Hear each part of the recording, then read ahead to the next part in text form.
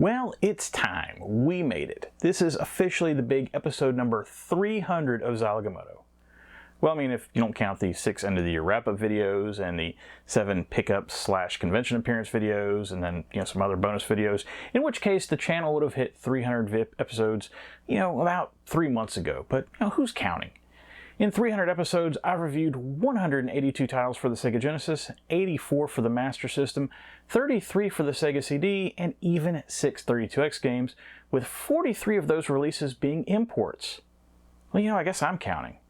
Anyway, it's been a lot of work curating this collection and writing and producing all these videos, with some games being more work than others, but I wouldn't change a thing about it, other than maybe starting the collection a little bit earlier when prices weren't quite as insane for certain releases. C'est la vie, who needs a nice house anyway? Today's review is about one of those titles that, if you're insane, could easily run you at least half of a mortgage payment. More on that in a bit, but the title in question is Sonic the Hedgehog. But not for the Genesis, oh no, for Sega's 8-bit wonder, the Master System. Now, if you're from the United States and you're not a total Sega nerd, there's a good chance that you don't know that this game exists. The reason for that is that by far, Sonic the Hedgehog was the last Master System game released in the United States, hitting the market in November of 1991 to try to help sell any remaining Master System inventory that retailers might still have had that Christmas. However, I should probably pause for a second because, I'm sure that there's some of you out there that don't know me and are now confused, not necessarily because you didn't realize that there was a Sonic the Hedgehog for the Master System, but because you don't know what a Master System is at all. Well, hi, my name is Dave, and welcome to Zilog and Moto, the channel where, as much fun as it is to joke about Americans being ignorant, this one isn't our fault. You can blame Nintendo for that, and Tonka, and Sega, ironically. Anyway, I'm out to collect and review the nearly 1,280 titles released in the English language for the Sega Master System. Yes, it exists. The Genesis/Mega Drive, Sega or Mega CD as the case may be, and finally the 32X. Basically, if I could plug it into a Genesis, either by itself or with some sort of add-on, and be able to read what's up on the screen, I'm trying to get a copy of it and review it for posterity, with both looks at that original packaging and gameplay captured from original hardware whenever possible. So, what exactly is this 8-bit version of Sonic the Hedgehog? Is it just the Genesis version of Sonic, but scaled down to run on the less powerful 8-bit environment? Well, kind of, but not really. I mean, as much as I like the Master System, there's definitely no blast processing to be found there, so to get even close to the original, there were going to have to be some very big sacrifices made. But enter Yuzo Koshiro in Ancient. Now, if you're a Genesis fan, you're probably familiar with Yuzo's amazing soundtrack work in games like Revenge of Shinobi and, of course, the Streets of Rage series, but Yuzo was also responsible for the creation of developer Ancient, who you might remember was solely responsible for the fantastic Master System port of Streets of Rage that we looked at back in episode 263. Ancient's first solo effort, however, was the game that we're talking about today in the Master System and Game Gear port of Sonic the Hedgehog. So, did Ancient start things off with a bang, or perhaps more appropriately, a sonic boom? Or is it possible that perhaps the 8-bit Sonic should be considered, more of a cult classic than a true all-star? Well, we shall see, but first, a look at the package. And here's my copy of Sonic the Hedgehog for the Master System. Just to get this part out of the way, I am 99.9% sure that this is a European copy, with quotes around the European there. And that's not just because I purchased it on eBay from Europe either.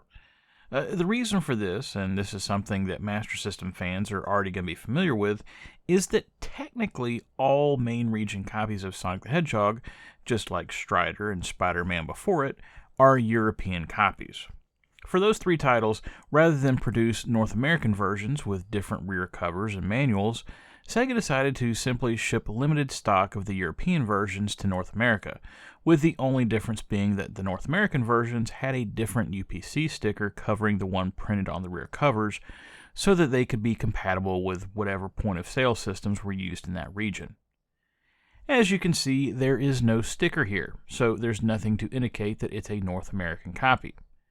So, if you've ever seen quote-unquote North American copies of Sonic, either at conventions or on eBay selling for an absolutely stupid amount of money, that silly little UPC sticker is why, as the rest of the package is identical.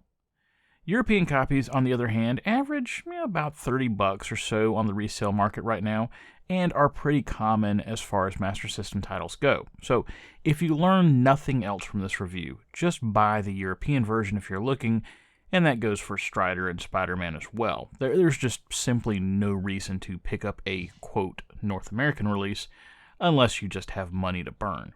As far as the front cover goes, I like it. I've mentioned before that this is my favorite era of Master System packaging, as it's got the white cross-hatching in the back, but they'd switched to the proper artwork that took up about 2/3 of the cover, and then utilized proper logos as well, not just on the cover, but on the spine, making these really stand out on your shelf. If you look close, you'll notice that the art for Sonic and the formatting of the logo is the same as what was used for the Mega Drive version. However, instead of that sketch background, they switched to the Green Hill background instead, which is part of what makes the Master System cover art so great.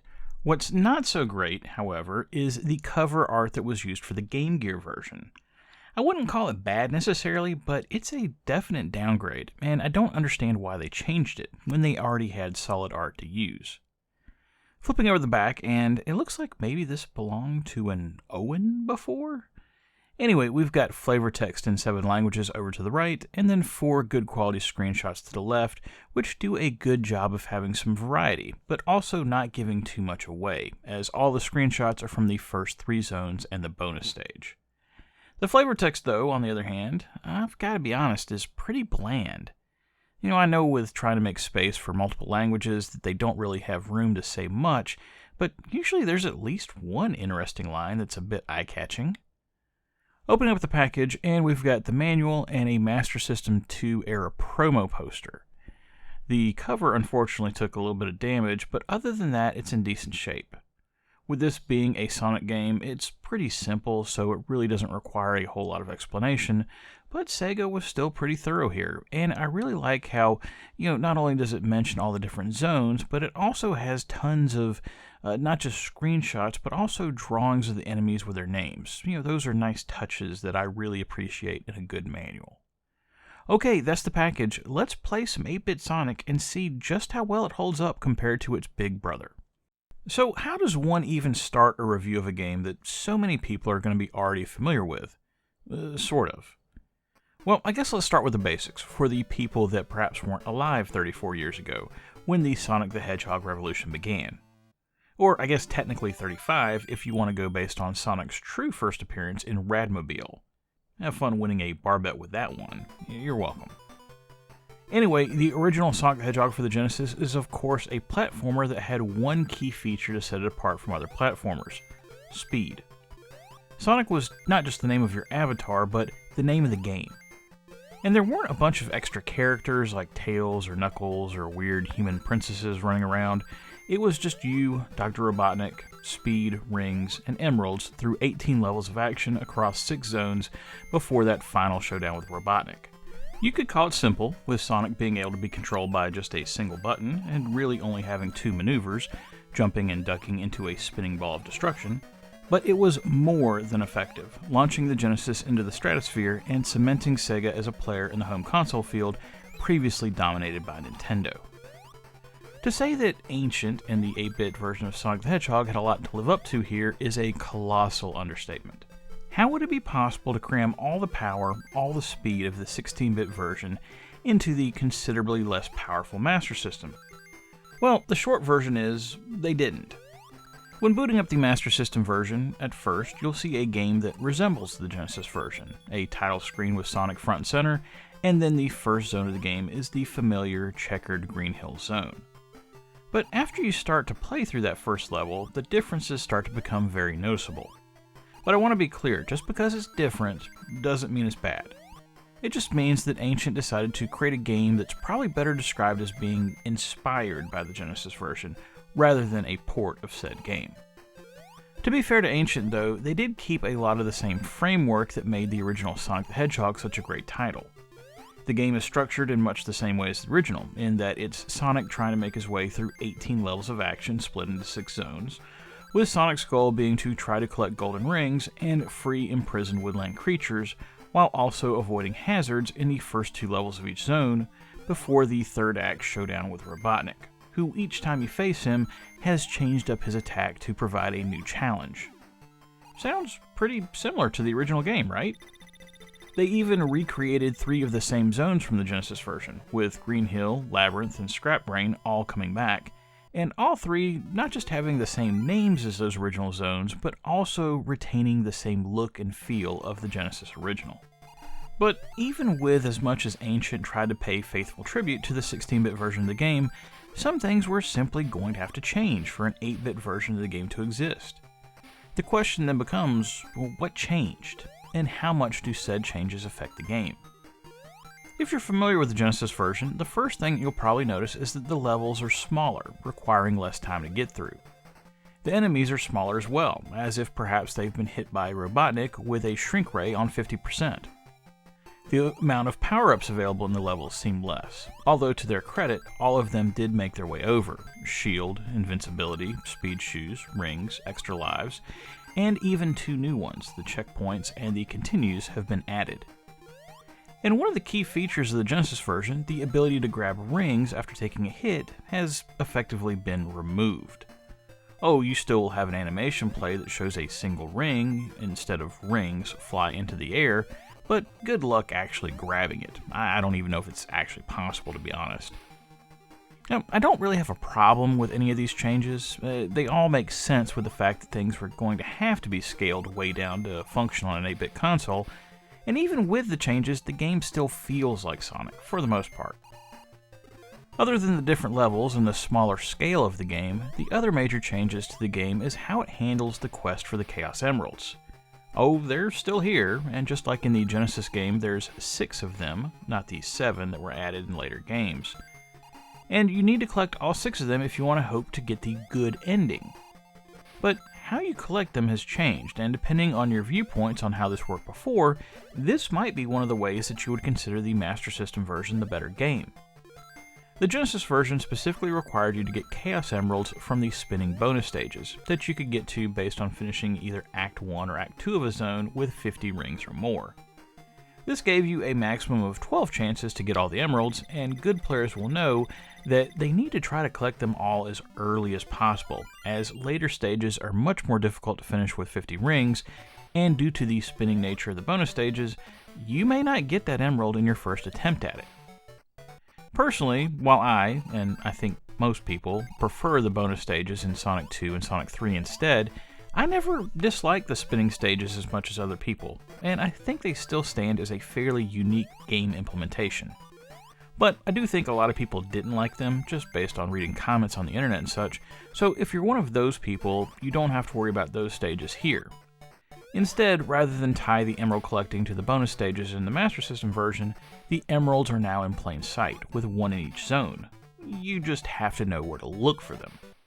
As much as I like the bonus stage approach, as it really adds a bit of challenge to the Genesis version, there is something very nice about the simplicity of just having the emeralds be embedded in the stages, and of course then giving you reason to be thorough about how you play through the levels.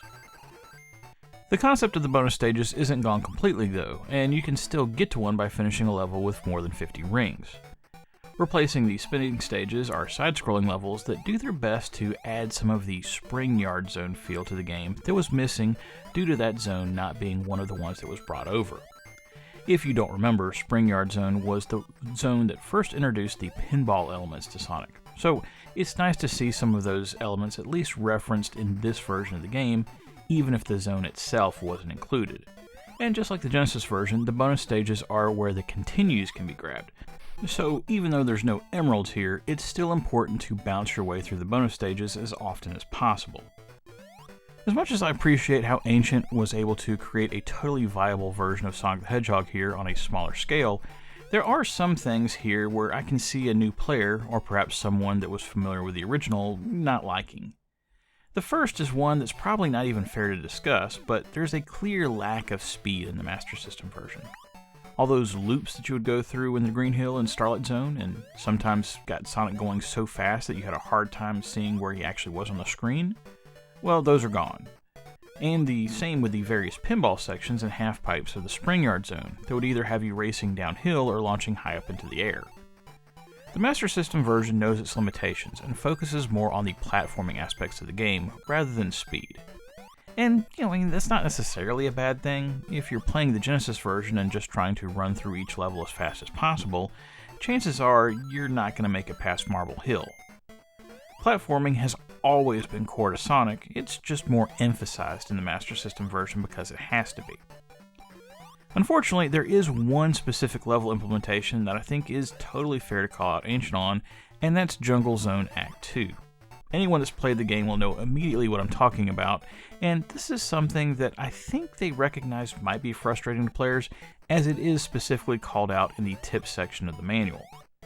Jungle Zone Act 2 is a vertically scrolling level rather than horizontally, with Sonic's goal being to reach up to the top of the level. There's just one problem. When Sonic jumps up, the level moves up with him, but not down. This means that if Sonic jumps up and falls off of a platform, and the platform below has now scrolled off the screen, you will die instantly, even if the platform below had just barely scrolled past. Between this and some very tight hitboxes on the platforms you have to jump on to climb up the level, you may be throwing your controller in frustration even after some practice.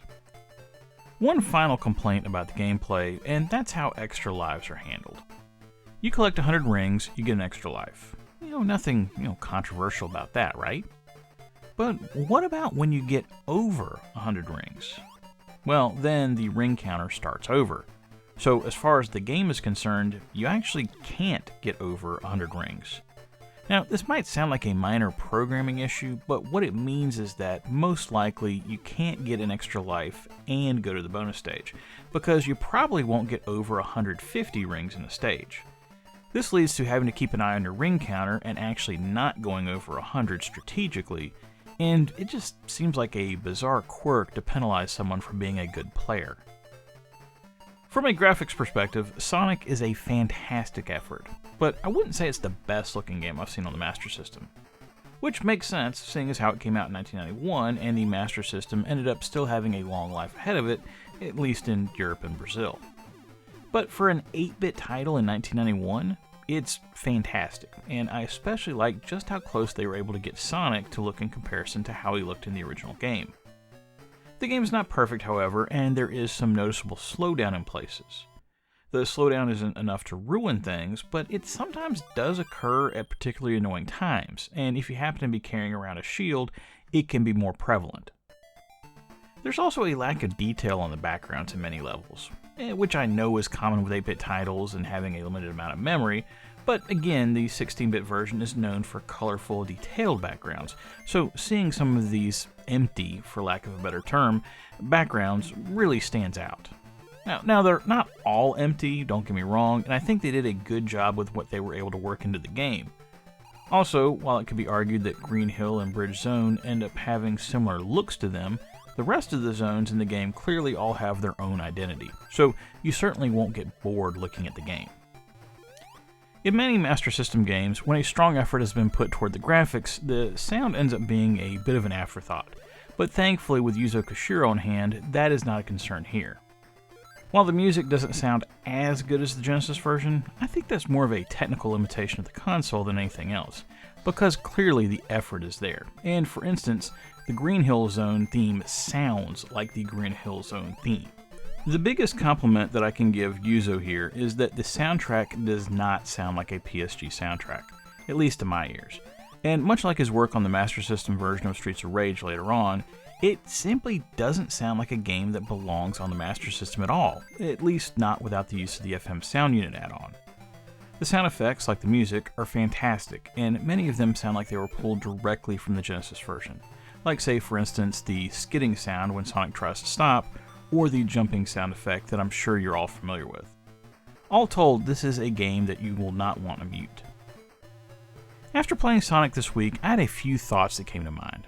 The first was, I completely understand why some people prefer this version of Sonic to the Genesis version. I don't necessarily agree with them, but I understand. There's a lot to like here and appreciate. The second is, I'm kind of mad at myself for not playing this game sooner. I had no business waiting almost 35 years to play this. I think one of the reasons why I didn't make an effort to seek it out is because most of the time when I would see screenshots of it, it was always the Game Gear version, which does not look nearly as impressive due to the smaller screen resolution that was used. Having said that, if you're an American like me and your only experience with this version of the game is on the Game Gear, I would strongly recommend you play the Master System version instead, ASAP. It is a different experience not having to play it all zoomed in to death. So where did I end up landing with Sonic the Hedgehog for the Master System? Well, even though I did still end up preferring the Genesis version, there is no denying that Ancient struck gold here, and this is not just an excellent game, but one of the best games on the Master System, period. And with that, I'm giving it 4 stars, just like its 16-bit brother. This is a game that is definitely a must-own for anyone that collects for the Master System. Just don't get fooled into thinking that you should track down a North American copy. And that's it for Sonic the Hedgehog for the Master System. This is a game that I know is near and dear to a lot of people's hearts. So, if you're one of those out there that feel that way about it, I really hope that you feel like this review did the game justice. I was glad to be able to finally play it this week and, really experience what I've seen other people talk about for almost 35 years at this point, and now fully understand that, it wasn't just hyperbole. The game really is just that good in its own right. In fact, I've got to be honest, I'm a little worried now that Sonic 2 and Sonic Chaos aren't going to hold up in comparison, much like what I saw previously with Asterix, but, that's a problem for another day. Next time on the channel, it's a game that, I think I know what it's about, but, honestly, I'm not quite sure.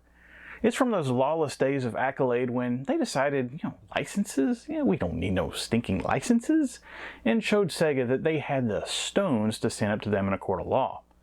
Unfortunately, with it being such an early release on Accolade's part, there's no awesome Boris Vallejo artwork to go with it. But, maybe the game won't need it. We shall see. Anyway, that's it for Zilog and Moto episode 300. Man, that feels good to say. 300 freaking episodes. It almost doesn't seem real. Well, anyway, if you liked what you saw here and want to see more as I work my way toward episode 400, please think about liking and subscribing if you're so inclined, as it will help more people see these videos. But most importantly, whatever you like to play, have fun and be excellent to each other. Later.